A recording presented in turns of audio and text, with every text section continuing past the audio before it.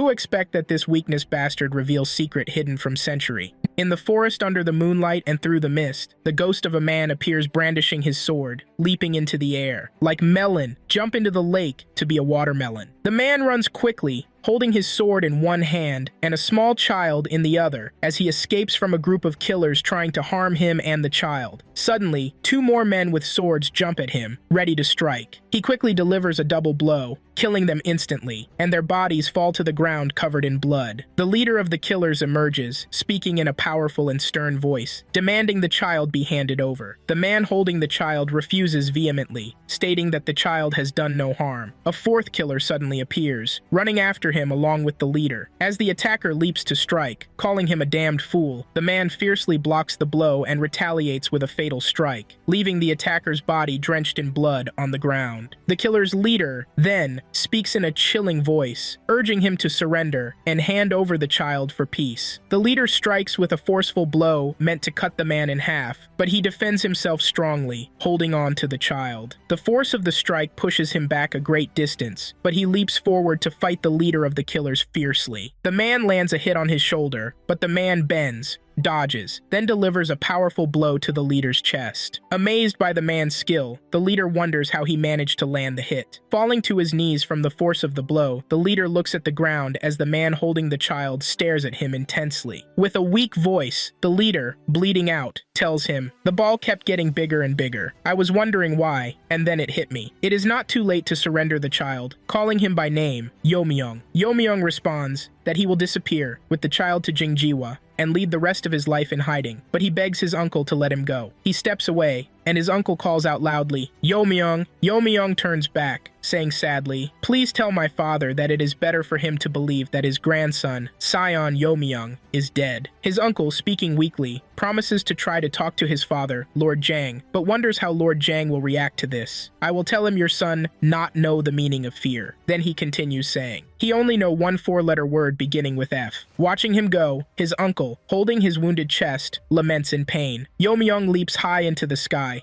disappearing with his son. Time passes, and during winter as the snow falls, Yomyong stands in the midst of it, talking to his son. He reminisces, saying it was the first snowfall when his grandfather brought him to Yong'an village. The villagers, without hesitation, welcomed his grandfather. Perhaps it was the dried blood on his sword and clothes, or the pitiable appearance of the child in his arms. He wasn't sure. 3 years passed quickly in Yong'an village. Whenever I felt sleepy, my father would whisper the same words in my ear like a lullaby. "Dream your dream, then open it," and say, "What does a cloud wear under his raincoat? Thunderwear." Yumayong talked to his son Shion, telling him that he gave up everything in his life to win his mother's love, and then he sacrificed everything to protect him. Yumayong continued in a low, sad voice, "Even my family, and I'm not regretful about that," he added, "but it's disappointing and unexpected. I think I made a mistake and that things could have been better if I hadn't given up everything. How wonderful would it be if that could happen again? How I wish I could be an ordinary child like other kids." Whenever my father spoke about the big chestnut tree in his hometown, I could see the signs of nostalgia in his eyes. Yumayong started teaching his son the family names. He called out to him and asked, "What is your name and your father's name?" The boy replied, "My name is Cheon Yu-ok, and my father's name is Yu Myong." "And what is your mother's name?" continued Yu Myong. Cheon Yu-ok answered, "My mother's name is Suyunok." Cheon Yu-ok smiled and asked, "Did I remember them well, father?" His father hugged him happily and said, "Yes, you did. Always remember these names and never forget them." Standing in the fields, Cheon Yu-ok thought about how his father, Yu Myong, passed away less than 2 days after hugging him when he was only 4 years old. Cheon Yu-ok said to himself, "My father left me a broken house and some useless items, and the names of my father, my mother, and myself. My father's name is Yu Myong, my mother's name is Suyun-ok, and my name is Cheon Yu-ok." Cheon Yu-ok thought to himself, "I am just a beggar anyway, the son of Yu Myong and Suyun-ok. Why did my father leave so early and left me alone? Come back to me, father. They say if you make a wish when you see a shooting star, it comes true immediately, but it's all lies. Even when I look at the sky every night, my father hasn't returned. I heard someone recently moved into the village. Let's go check it out." After my father's death, The villagers took turns feeding and sheltering me. Later, I learned that they did this in exchange for my father's belongings. I also heard my father ask them to do this. When I turned 6, people started giving me chores to do. Since then, nothing was free. They would deprive me of food if I couldn't complete the small tasks. Uok returns to the village to sleep in his house, but finds the villagers gathered in front of it. One villager shouts at him saying, "You scoundrel, didn't I tell you nothing is free in this world?" He looks at him angrily, points his finger, and says, "I have already spent everything your father left to feed and take care of you, you scoundrel." Another person stands in front of the door and prevents him from entering, saying angrily, "This house is no longer yours. Go away." A third person says, "Go find another place to sleep." Uok remembers these events and says, "After being kicked out of the house, I had to share a cave with the bats and made it my home." Uok lies on the cave floor on a simple mat, looking at the bats, and says to himself, "Even here, I can't sleep because of the bats." Uok shouts at the bats, "Just because I'm sleeping in your cave doesn't mean you can talk loudly. Keep your voices down, please. Let me sleep." A bat says, "What's wrong with that man? He sleeps in my bed and doesn't like it. What a scoundrel. Does he want to fight?"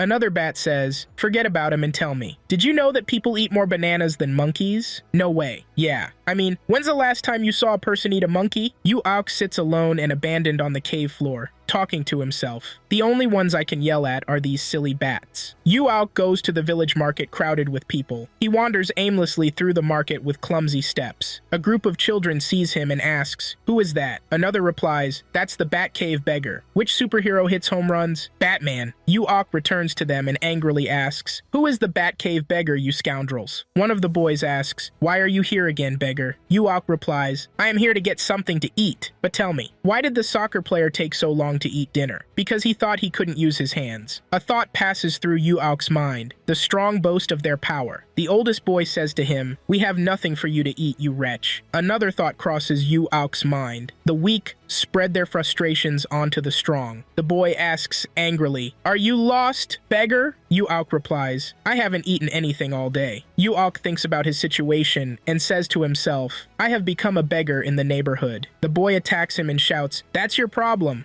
while throwing a punch. Uok takes a flurry of punches all over his body and falls to the ground in pain. The boy stands over him, feeling victorious, and says, "I told you, you're lost." Uok weakly replies, "I will leave as soon as I get something to eat." They start beating him and say, "This evil man, we will finish you off today." Uok, lying on the ground protecting his face from the blows, thinks to himself, "I can endure this for now." Thoughts flood his mind. "Even if I had the strength, I couldn't fight. If I hit the neighborhood kids, the adults wouldn't remain silent." He remembers a past event and says to himself, "Just like I did one day." A woman came angrily and asked, "Why did you hit my son?" She shouted at the villagers angrily, "No one dared to give this kid anything to eat. That day I became certain. I am just an orphaned rat in the streets, and no one cares about me." The boys say to him, "Next time we catch you, we'll tear you apart, you lowly scoundrel." They leave him and walk away, happy with what they did to him. Uok, sad and brushing the dirt off his clothes, says, "Even if you didn't say that, I would someday leave. And that will happen once I can defend myself." Uok walks through the empty village streets. Suddenly, he sees two children. The older one waves at him. They are the younger sister Shionga and her older brother Jonak. Uok thinks to himself, "These must be the children who recently moved in." Jonak speaks to him kindly and asks, "Do you live in this village? I am Jonak. Do you want to be my friend?" Uok looks at him in disbelief and says, "I am Uauk,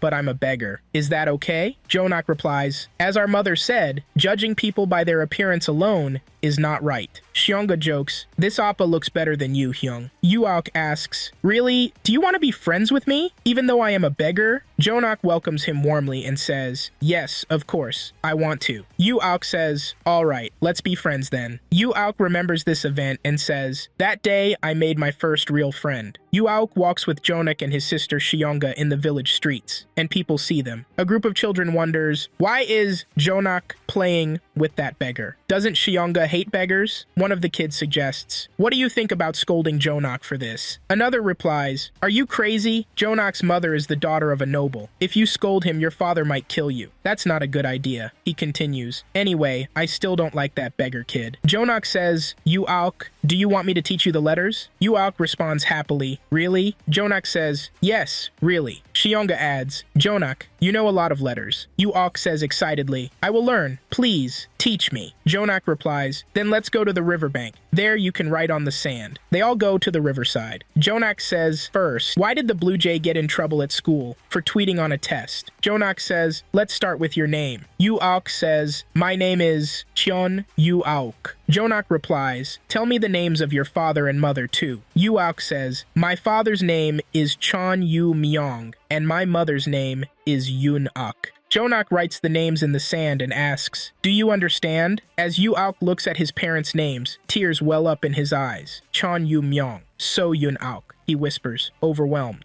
Jonak explains, so, this is Yu-Auk's father's name, and his mother's name. With tears of joy, Yu-Auk says, thank you. Xiongga observes, Hyung, he is crying. Yu-Auk reflects, that day, I learned 9 letters. It was the day I learned how to write for the first time in my life, the day my eyes opened to a new world. Later, Yu-Auk returns to the cave where the bats look at him in astonishment, wondering what this crazy person is doing. He begins writing the names on the cave wall. Cheon Yu-Myong, So Yun-Auk. Cheon Yu-Auk. These are my parents and my name, he declares proudly. One bat, surprised, exclaims, a beggar knows the letters? But answer me this. Which school teachers have the greenest thumbs? The kindergarten teachers. Yu-Auk thinks to himself, I can do anything for Jonak and Xiongga, even if it's something dangerous. A year later, the 3 of them walk happily through the village. Suddenly, a group of children appears and calls out to Yu-Auk. Can we talk to you for a moment? Jonak asks, what happened? One of the children replies, it's about Yu-Auk, not you, Jonak. Yu-Auk tells them, go on, I'm listening. The leader of the group sneers, this boy is still as arrogant as ever. Yu-Auk responds, did you come just to tell me that? The leader continues, the kids were saying, you're good at throwing punches. I don't fight, Yu-Auk replies firmly. The leader shrugs, it's okay, I'll allow it today. Yu-Auk stands protectively in front of Jonak and Xiongga, saying, if you need to talk, come to me. Don't mess with Jonak and Xiongga. Hey Xiongga, the leader taunts, don't play with this beggar. Come and play with us. Xiongga defiantly replies, no, I'll play with Yu-Auk Oppa. Yu-Myong scratches his head and says to Yu-Auk, do you know why you deserve to be hit? Yu-Auk replies with a smirk, as a scarecrow, people say I'm outstanding in my field. But hey, it's in my pants. Remembering the past mistreatment, he thinks to himself, those bastards, I'll kick their asses all. Yu-Myong smirks. We heard you've become good at fighting. Can you hit me now? Yu-Auk mocks him. I won't just hit you. I'll do more than that. I'll do something else that starts with the letter F. One of the gang members chimes in. This boy only listens if you hit him. Yu-Myong, clenching his fists in preparation for the fight, says, okay then, I guess I'll have to beat him severely. Without warning, Yu-Myong attacks, landing a strong punch on Yu-Auk. The blow hits him square in the face, causing blood to drip from his nose and pushing him back forcefully. Jonak cries out in panic, calling for Yu-Auk. His sister, trembling, asks, Appa! What should we do? I'm scared! Yu-Auk signals them to stay put, saying in a strong, decisive voice, don't interfere. I'll handle this myself. He thinks to himself, I must succeed this time in beating him. Success is like being pregnant. Everyone says congratulations, but nobody knows how many times you got messed up. Yu-Myong attacks again, aiming a punch at Yu-Auk's face. Yu-Auk dodges and blocks the punch with his arms. Yu-Auk, this bastard has really become skilled, one of the children observes. Yu-Myong then targets Yu-Auk's leg with another punch. One child laughs. No matter how strong Yu-Auk is, he can't beat Yu-Myong, who learned martial arts from the Black Tiger Sect. Yu-Myong sneers. When I told you to hit me with some punches, I was mocking you. I allowed it. Don't you agree with that, you jerk? Yu-Auk thinks to himself, just endure the pain. If I wait, the right opportunity to hit this jerk's backside will come. Finally, the moment he's been waiting for arrives. Yu-Myong raises his fist to deliver a crushing blow to Yu-Auk's face. In a split second, Yu-Auk ducks, dodging the punch, and clenches his fist to deliver a devastating uppercut. Yu-Auk lands the knockout punch on Yu-Myong, just like Clay did in boxing. The punch sends Yu-Myong reeling backward, blood pouring from his nose. The impact is so strong that he falls to the ground, unable to get up. Yu-Auk rushes to him, sitting on top of him and delivering a series of powerful punches that smash Yu-Myong's face, causing blood to flow from his mouth and nose. Yu-Myong's friends rush to defend him, shouting, Stop! You bastard! Yu-Auk grabs Yu-Myong by the neck with one hand and picks up a large stone with the other. He raises the stone high while holding Yu-Myong, who is powerless to resist. Stop, you bastards! Didn't I say I'd beat your asses badly? Yu-Auk shouts at Yu-Myong's friends. They stand frozen, terrified of him, unsure of what to do. If you come any closer, I'll smash Do Myung's skull, Yuok continues in a terrifying voice. Do Myung, trembling, pleads, Yuok, please have mercy on me. Yuok, raising the stone high, threatens, if you dare touch me again, or Jonak, or his sister, I'll do something that starts with the letter F to you, and you'll see if I can really smash your head. Jonak rushes forward saying, Yuok, please stop. The lesson you've taught him is enough. Stop it now. Remember these words forever. Don't forget what happened today for the rest of your life. Always remember me, you bastard, Yuok warns. Do Myung shaking responds, I understand perfectly what you're saying, but please have mercy on me. Yuok stands up and throws the stone onto the ground next to Do Myung. Finally victorious, he stands tall over his defeated enemies. He leaves Do Myung and returns to his friends, Jonak and his sister. Are you surprised by what I did? You haven't seen anything yet. Let me tell you something. If there's anybody here this afternoon feeling nervous, apprehensive, and queasy at the thought of what lies ahead, it's probably because you've just married Do Myung. Let's get out of here. I'm tired of these bastards, he adds. Jonak agrees. Okay, let's go. Cheong happily exclaims, I thought you would win, Appa! Everyone moves toward Jonak's house. Once there, Jonak turns to Yuok and says, I want to tell you something. Do you know that I feel something strange towards you now? Yuok? Yuok feels a pang of sadness and replies, I don't know why, but it seems like others are always cautious of me, even though I haven't done anything. Memories flash through Yuok's mind, and he reflects, I don't know when it started, but I began to feel it, and since then, things started to change. He continues to himself, I haven't trained my body in any special way or done anything drastic, but my strength has noticeably increased, and my movements have become faster. Yuok turns to Jonak and says, the strangest thing is that I can sense danger that others can't see. Jonak replies, if that's true, it seems you were born with extraordinary senses and maybe even superpowers. Astonished, Yuok asks, I have superpowers? Me? Yes, Jonak confirms. I read about this in a book once. I can't remember the title, but it mentions something like that. Yuok wonders, is that a good thing? Am I okay, Jonak? Reassure me. Yes, don't worry. It's an advantage, not a disadvantage. It's a special ability that makes you unique, Jonak assures him. But why do the villagers treat me like I'm a ghost and avoid me? Yuok asks. He continues, I overheard them saying I can foresee strange things like a shaman and that I live in a bat cave, possibly possessed by a bat ghost. They say, why should we keep someone possessed by ghosts in the village? Jonak laughs. Ha ha ha! What nonsense! They don't know anything. They're a bunch of fools. Why would Yuok be possessed by a ghost? Cheong adds happily, Jonak, my brother, is always right. He knows everything. Yuok agrees. That's right. Jonak is likely right about this. He adds, Jonak is really smart. Reflecting on that time, Yuok thinks, I didn't understand what it meant to have superpowers or what this ability was. I was just happy to have these powers, knowing they could protect me and my friends. As memories flood back, he recalls a hot June day when the dry fields cracked like turtle shells, and the village looked ghostly with dying trees and falling leaves. Yuok remembers,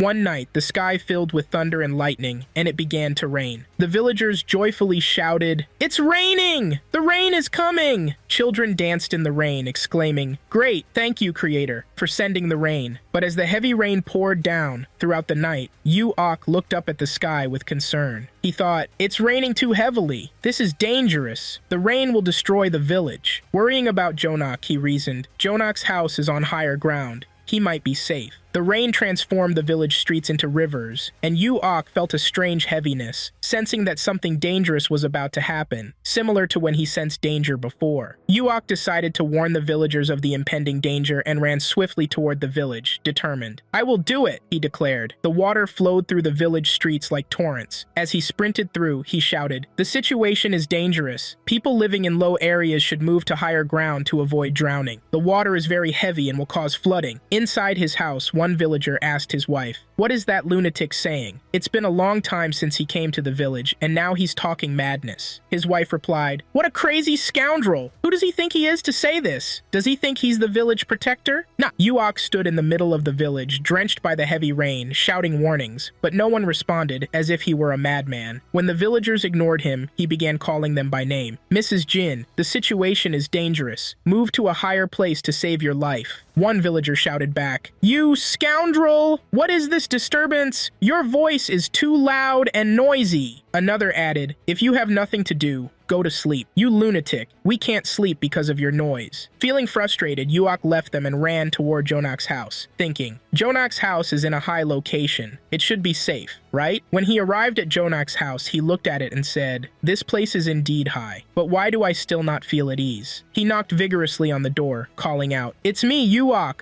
Open the door. Disheartened, he realized no one answered. It seems they can't hear me because of the heavy rain, he thought. Moving away from Jonak's house, he tried to reassure himself. The house is in a high place, so it should be okay. Yet, he continued to reason with himself. With this heavy rain and the lightning strikes, the rain will continue falling for a long time, and it's cold too. I need to find a place to shelter from the rain and the cold. As lightning flashed and rain poured heavily throughout the night, Yuok felt a growing sense of urgency. The villagers finally realized the danger Yuok had warned them about. One villager shouted, it's a flood! The river has overflowed! Hurry and escape! Save your lives! Panic ensued as villagers rushed into the streets, trying to escape. They fell into the floodwaters, calling for help and shouting, ah! Save me! The flood swept away villagers of all ages. Yuok ran toward Jonak and Cheong's house, calling their names repeatedly. The floodwaters forcefully entered Jonak's house, even at a high level. Inside, Jonak's mother clung to a pillar in the middle of the house, yelling, hurry! Jonak! Take Cheong and run! Save yourselves! Jonak, holding his sister tightly, cried out, Mother! With tears streaming down her face, their mother replied, don't worry about me. I'll be fine. You and your sister go first. Just hurry and escape quickly, she urged. Jonak shouted back, no, mother, I won't leave without you. With tears in her eyes, their mother cried, did I raise you both to die with me? Are you going to let your younger sister die with you, you miserable boy? The house began to collapse, and parts of it fell on their mother. Jonak and Cheong watched helplessly, tears streaming down their faces, as large wooden beams crashed down, causing her head to bleed profusely. Her body disappeared beneath the rubble, leaving only a small part of her face visible. In a weak voice, she told Jonak, hurry, go! As the floodwaters rose, the part of the house where their mother was disappeared beneath the debris, and she drowned. Jonak stood holding his sister in the upper part of the house, unsure of what to do as the chaos unfolded around them. The floodwaters surrounded Jonak and Cheong as they stood amidst the rising waters, screaming for help. Suddenly, Yuok burst through one of the windows, grabbing a pillar and shouting, Jonak!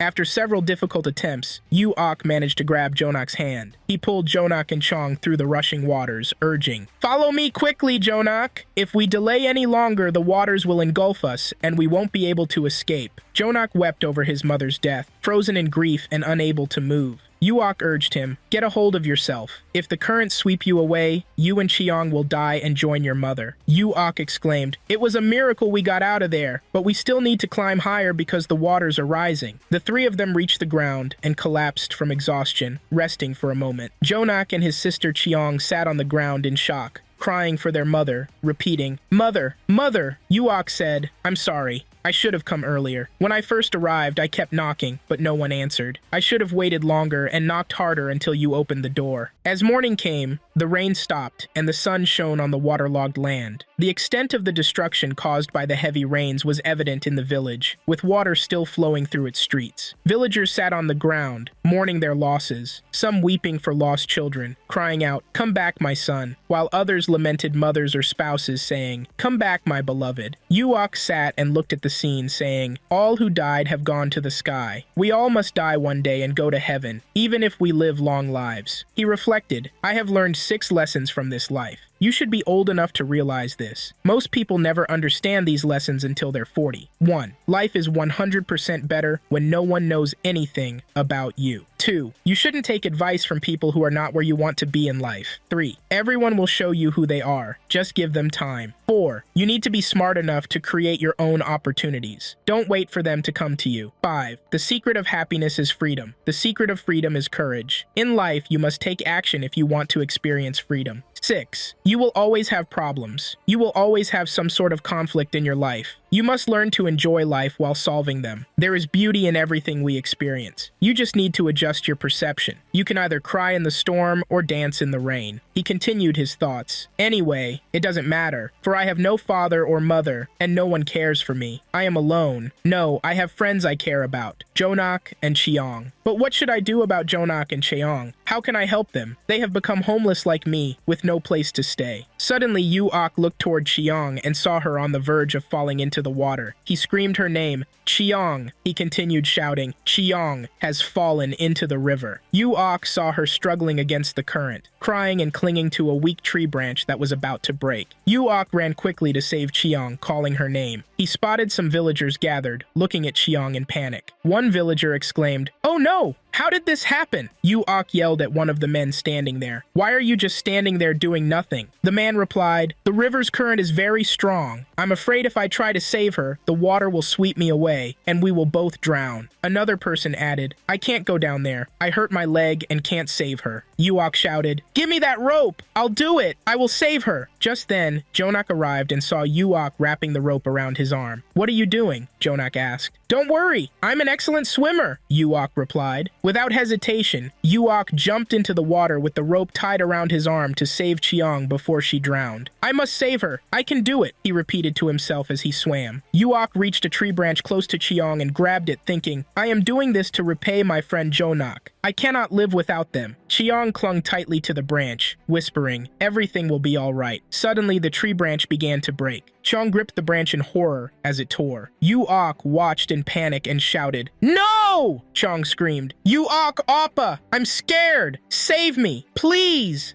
Yu-Ok reached out his hand, but she was too frightened to let go of the branch. "Grab my hand, you coward!" he yelled. "I am not a coward. Don't say that, Yu-Ok," Cheong replied. "Then reach out your hand quickly, brave girl," he urged. At the last moment, Yu-Ok grabbed Cheong's hand just as the branch broke, telling her, "Don't worry. Everything will be all right." He hugged Cheong tightly to protect her from falling into the water. "You are safe now," he reassured her. Yu-Ok tied the rope around his waist, holding Cheong close, and shouted to the villagers on the shore, "Pull the rope quickly." Yu-Ok held onto a tree branch as the villagers pulled Cheong to safety, saying, "Take care." Suddenly, a tree trunk hit Yu-Ok's back, pushing him into the water. Cheong saw this and screamed, Jonok quickly tied a rope around his waist and shouted, "Wait, Yu-Ok! I'm coming to save you!" Yu-Ok struggled against the raging waves, shouting, "Stop! Don't come here! It's dangerous! You'll get yourself killed!" Ignoring his warning, Jonok jumped into the water to save his friend. On the riverbank, an elderly man watched the scene unfold from a carriage. With a dignified appearance, he remarked, "These are amazing children indeed." Jonok succeeded in rescuing Yu-Ok and brought him to the shore, exhausted and unable to move. It became clear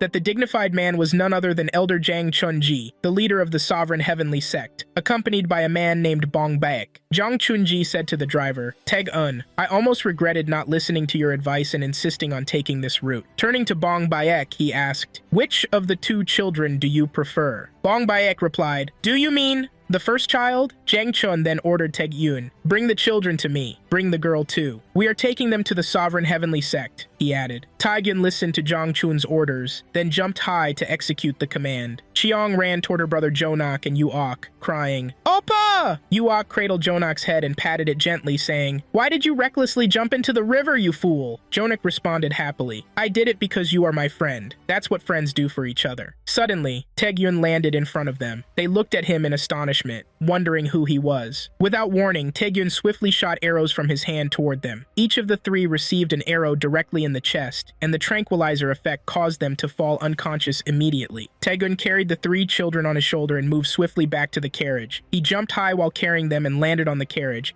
placing them inside as if nothing had happened. The carriage, now carrying the children, moved towards the headquarters of the Sovereign Heavenly Sect. The Heavenly Sovereign Sect uses a massive palace as their headquarters. Inside the palace, the leader of the sect sits in his office, which boasts a huge library. The leader sits in his chair, looking dignified, while one of his followers bows before him. The leader asks, "Did the great elder bring the three children?" The man replies, "Yes, sir. The mission was completed successfully, and the three children are in a safe place." The leader asks again, "What news do you have? Is everything all right?" The man reports, "First, one of the children is very well educated. We were amazed when he wrote his full name correctly in the register, and his handwriting was surprisingly neat for his age." The leader, surprised, remarks, Is that so? He seems to think deeply about the fate of Jonak after learning he is well educated. The man suggested to the leader, "We could include them in our White Lotus army." The leader, still deep in thought, asked, "Where are they now?" The man replied, "The 3 children are waiting for their registration in the lifetime register to complete so they can join the Heavenly Sovereign Sect." Thoughtfully, the leader said, "If one of them is truly exceptional, we cannot hand him over to the Grand Master of the sect." He continued, "If what you say is true, this child is indeed talented and special. It wouldn't be bad to consider him as Jongmu's successor." Meanwhile, Yu-Ok began to wake up as the effects of the drug wore off. He suddenly sat up in bed, confused about how he got there. "Where am I?" he wondered aloud. Looking around the room, he saw a person kneeling and staring at him. Recognizing the man, "That's the same person who was in the carriage." He recalled being in the carriage with Jonak and his sister Chiang, all paralyzed by the drug. Yu-Ok thought to himself, there were 2 men, one older and looking like a leader. Struggling to sit up, he asked, "Who are you and who is this man?" The leader replied, "My name is Jang Chunji,